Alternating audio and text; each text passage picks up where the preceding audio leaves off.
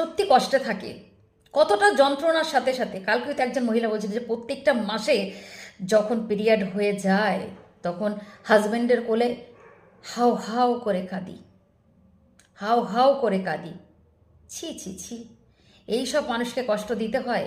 আমি কারোর হয়ে কথা বলছি না, কিন্তু এইসব মানুষগুলোকে এরকম করে কষ্ট দিতে হয়। হুম, আর দিও না, আর দিও না। দেখবে থাকতেও একদিন, যেদিন থাকবে না না সেদিন বুঝবে। যেদিন থাকতেও থাকবে না, আমি এটা অভিশাপ দিচ্ছি না, তোমার আছে বলে লাফাচ্ছ, তো একদিন হতে পারে কর্মসূত্রে হোক বা বইয়ের অত্যাচারে হোক, তোমার তোমার থেকে অনেক দূরে সে যেতেই পারে।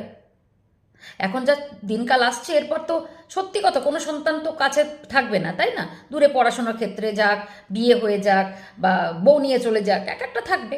তো সেই জায়গায় থাকা না থাকা তো একই হয়ে যাচ্ছে। তারপরে মা বাবাকে বৃদ্ধাশ্রমে ফেলে দেওয়া,